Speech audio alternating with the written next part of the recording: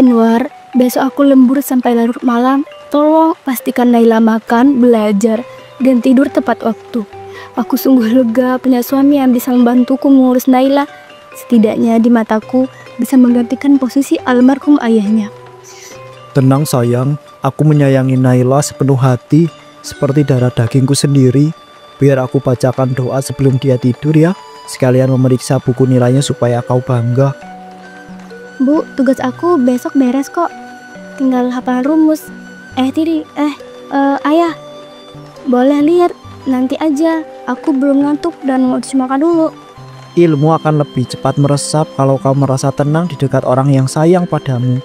Duduklah sebentar di tepi ranjang. Ayah cuma mau bantu menyiapkan pikiranmu. Ayah, aku nyaman kok sendiri. Ibu selalu bilang jaga batas sopan. Apalagi kok di kamar sudah malam-malam begini. Batas sopan itu penting, tapi kehangatan keluarga juga. Ayah hanya menyentuh pundakmu agar semangatmu itu pulih. Kau percaya ayah kan? Jangan buat ibu khawatir dengan prasangka aneh-aneh ya. Aku percaya ibu dan Allah. Kalau ada yang bikin aku takut, aku wajib cerita. Tolong ya ayah, biarkan aku belajar sendiri. Besok ulangan benar-benar sulit. Rahasiamu aman bersama. Sama seperti rahasiaku aman bersamamu. Ingat, kita ini keluarga loh. Kalau kau bercerita yang tidak-tidak, ayah bisa kecewa dan ibu tambah pusing nanti. Rahasia apa? Aku cuma ingin tidur nyenyak tanpa rasa was-was. Ayah boleh tinggalkan kamar sekarang. Aku janji, besok tunjukkan semua nilainya. Baik, ayah pergi ya. Tapi pastikan pintu tidak terkunci. Ayah mungkin kembali mengecek suhu AC. Kau mudah terserang asma soalnya. Ingat, jangan pernah kunci pintu dari dalam. Demi keselamatanmu ya Naila.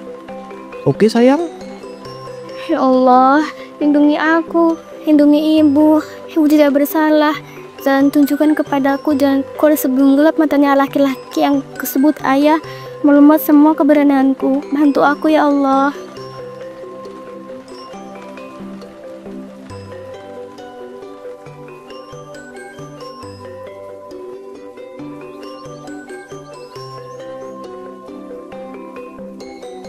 Hei, nilai fisika kita baru ditempel, Nay. Kamu dapat 100. Hebat banget. Tapi, maaf ya, matamu sembab lagi. Lenganmu juga memat. Jangan bilang tangga sekolah licin. Karena aku hitung itu sudah arisan ketiga dalam 14 hari ini. Dan semua orang tahu tangga itu baru dipasang karpet. Kamu kenapa sih, Nay? Cerita sini sama aku. Siapa tahu aku bisa bantu masalah kamu. Astagfirullahaladzim, Din. Serius deh, aku cuma ceroboh. Tiap pagi terburu-buru, tas berat, lutut lemas. Ya wajar aja kalau terpeleset. Fokus aja ke nilai, please. Aku butuh kabar baik dan otak gak meledak. Hehehe. Beneran deh, aku gak apa-apa kok. Nilai bisa dikejar kapan aja. Tapi luka di kulit dan gelisah di sorot mata itu sinyal SOS. Aku temennya siap menjemputmu tengah malam kalau perlu. Bilang aja, apa yang sudah bikin kamu gemetar? Siap dengar pintu berdecit. Din, kau ingat nggak hukum fisika? Semakin besar beban, semakin besar reaksi benda pendukung. Kalau aku tiba-tiba curhat, beban di pundak ibu ambruk. Ya sudah kerja 2 shift demi sewa kontrakan.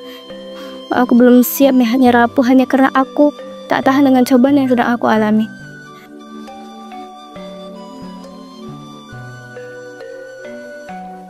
Selamat ya Naila, 100 murni lagi. Titipkan tanda tangan orang tua ya. Anak sekuat kamu layak diapresiasi. Istirahat cukup, gizi seimbang, dan lingkungan aman itu kunci atak berlian. Lingkungan aman, andai beliau tahu, malamku seperti medan gravitasi ekstrim yang menyeret nyali ke titik paling rendah. Putri ayah, pulang bareng ya. Ibu lembur, ayah sudah kosongkan jadwal siang ini khusus merayakan prestasimu. Terima kasih ya sudah antusias Pak. Anak berprestasi perlu figur ayah yang suportif. Ajarkanlah makan siang sehat, diskusikan cita-cita, dan yang paling penting biarkan dia merasa aman berbicara apapun di rumah. Dengar itu, guru bilang ayah suportif. Di rumah nanti ayah tunjukkan cara istimewa merayakan angka 100. Kita berdua saja supaya spesial, paham kan? Nada suaranya bikin kulku merinding. Serius deh, kalau kau perlu kabur, kamarku ada 2. Mama sudah tahu kemungkinan terburuk. Dendes ya Bang Tun. Jangan pikirkan malu, pikirkan keselamatan. Doakan aku kuat, Ding. Aku sedang cari celah hukum dan hati ibu agar kebenaran keluar tanpa menggunting hidupnya lebih keras. Beban lumpuh. Tidak. Tolong si perasa pelarian itu. Jaga sampai tiba waktunya. Ingat, rahasia yang melukai harus diperban. Bila tembok keluarga murtad, aku tak akan membiarkan reruntuhan yang menimpa satu-satu sahabat yang pernah mengajariku berdiri tegak melawan soal-soal hidup paling sulit.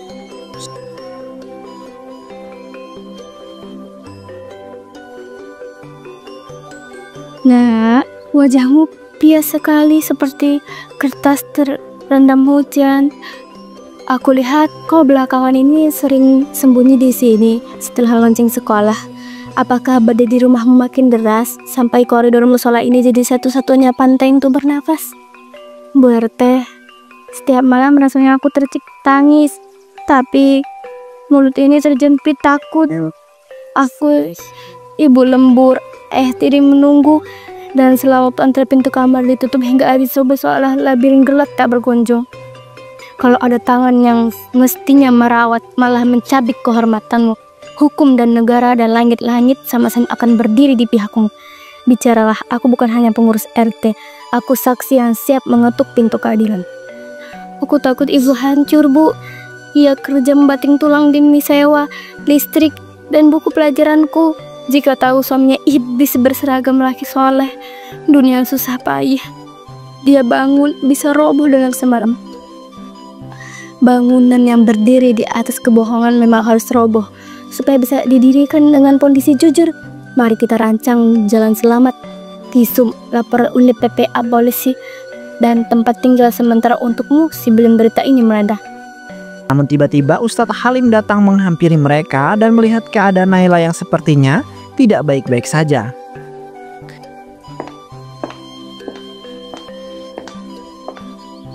Assalamualaikum Bu Halimah. Naila, jika ada urusan darurat, musola ini siap memberi perlindungan kok.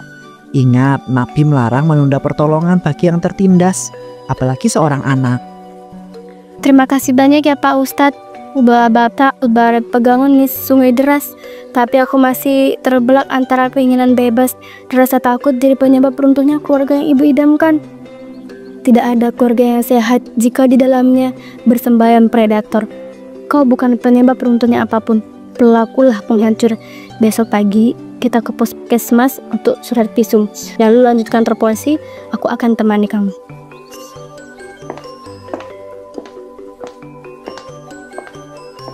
Nah, rupanya putri ayah di sini toh. Ibu panik, kau belum pulang. Terima kasih ya Bu RT sudah menjaganya. Ayah akan mengantar pulang sekarang. Ayo kita pulang. Pak Anwar, anak ini baru saja selesai berzikir. Beri dia uang. Saya juga ingin bicara perihal beberapa tanda lebam dan keluhan tetangga soal teriakan malam. Besok pagi mampirlah ke rumah saya. Tentu, saya warga patuh aturan. Naila, ayo jangan repotkan orang lain dengan drama remaja. Ayo buruan kita pulang, nanti ibu kamu malah tambah khawatir lagi. Bu, besok pagi jam 7 saya datang. Tolong simpan keberanian ini. Kalau saya goyah, ingatkan bahwa kebenaran itu lebih pantas disuratkan daripada dipendam sampai kering darah. Lalu, Naila berpamitan dan ingin pergi meninggalkan musola menuju rumah yang ada predator mengerikan di dalamnya. Naila belum sepenuhnya tenang, namun mungkin suatu saat nanti Allah akan membuka kebenaran. Nay, tolong gulung lengan baju kamu. Astagfirullahalazim, memar lagi. 3 minggu berturut-turut kau bilang jatuh. Ibu ini lelah kerja lembur, tapi bukan berarti buta, Nak. Sari, anak remaja wajar ceroboh. Meja sekolahan rendah, tiang bus kotor. Memar kecil begini jangan dibuat drama ya. Aku sungguh tidak ingin ibu khawatir. Kalau ibu tambah stres, siapa nanti yang bayar uang kontrakan? Bukan kau yang harus menenangkan ibu, Naila, tapi ibu yang melindungimu. Besok pagi kita ke puskesmas ya. Kalau cuman keseleo syukur, tapi kalau ada yang janggal, kita tindak ini sampai tuntas. Jika kalian pergi, aku ikut. Aku kepala rumah tangga. Gak enak dilihat tetangga kalau ayah absen mengurus anak. Bu, aku mau periksa, tapi hanya dengan ibu. Ayah, biarkan kami wanita-wanita ini urus kesehatan kami sendiri. Pola tekanan jari, Bu, bukan akibat benturan biasa. Jika ibu setuju, kami bisa keluarkan surat visum dan menghubungkan ke unit perlindungan perempuan dan anak. Tolong buatkan segera, anak saya harus pulih dan siapapun pelakunya akan saya hadapi, entah serumah ataupun tidak. Sari, kok lama sekali? Rapatku sebentar lagi. Jangan percaya dokter puskesmas yang sok tahu itu. Bawa Naila pulang cepat, atau aku tidak terima alasan apapun. Ibu, setelah semua ini tercetak, aku akan cerita detail. Aku tidak ingin lihat ibu jatuh, tapi lebih takut melihat diriku hancur pelan-pelan. Diamlah dalam dekapan ibu ya nak. Mulai hari ini kamu tidak sendirian. Jika langit harus kami guncang agar kebenaran terdengar, ibu sendiri yang mengguncangnya. Dan rumah ini tak akan jadi penjara lagi untukmu.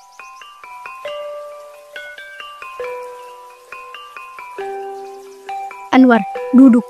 Surat visum ini membuktikan memar di Naila, bukan kecelakaan. Jelaskan semua ini kepadaku sebelum polisi masuk.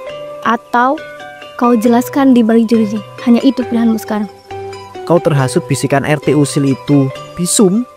Dokter puskesmas bisa salah baca. Jangan hancurkan rumah ini karena drama remaja manja, Naila. Bukan drama. Setiap malam ayah dobrak pintu, sentuh tubuhku, ancam bunuh diri kalau aku menolak.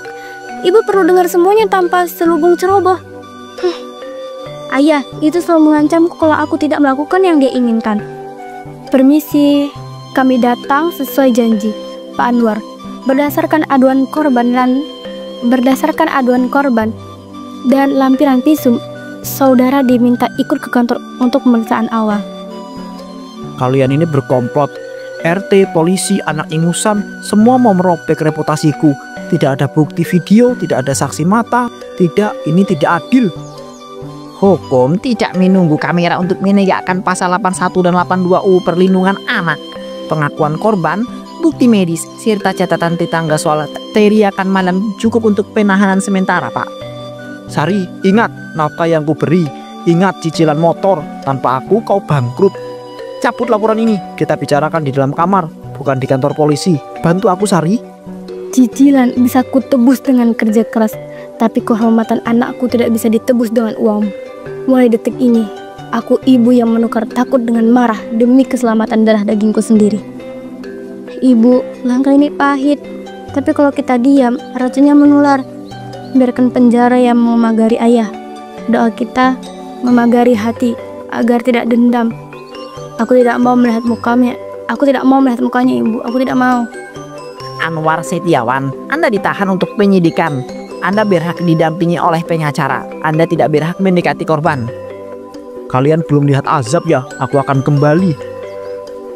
Sidang perkara atas terdakwa Anwar Setiawan dibuka. Saksi korban hadir lengkap, alat bukti visum sah, dan publik diminta tenang karena keadilan tidak berpihak pada riuh. Yang mulia, korban masih 15 tahun. Terdakwa menggunakan posisi ayah tiri untuk menekan mental. Kami menuntut 14 tahun penjara, denda maksimum, serta kebijakan restitusi bagi korban sebagai bentuk pemulihan hak ya. Majelis, klien kami batuk darah sejak penahanan, indikasi tuberkulosis. Mohon pertimbangan keringanan dengan alasan kesehatan, apalagi belum ada rekam kriminal sebelumnya ya.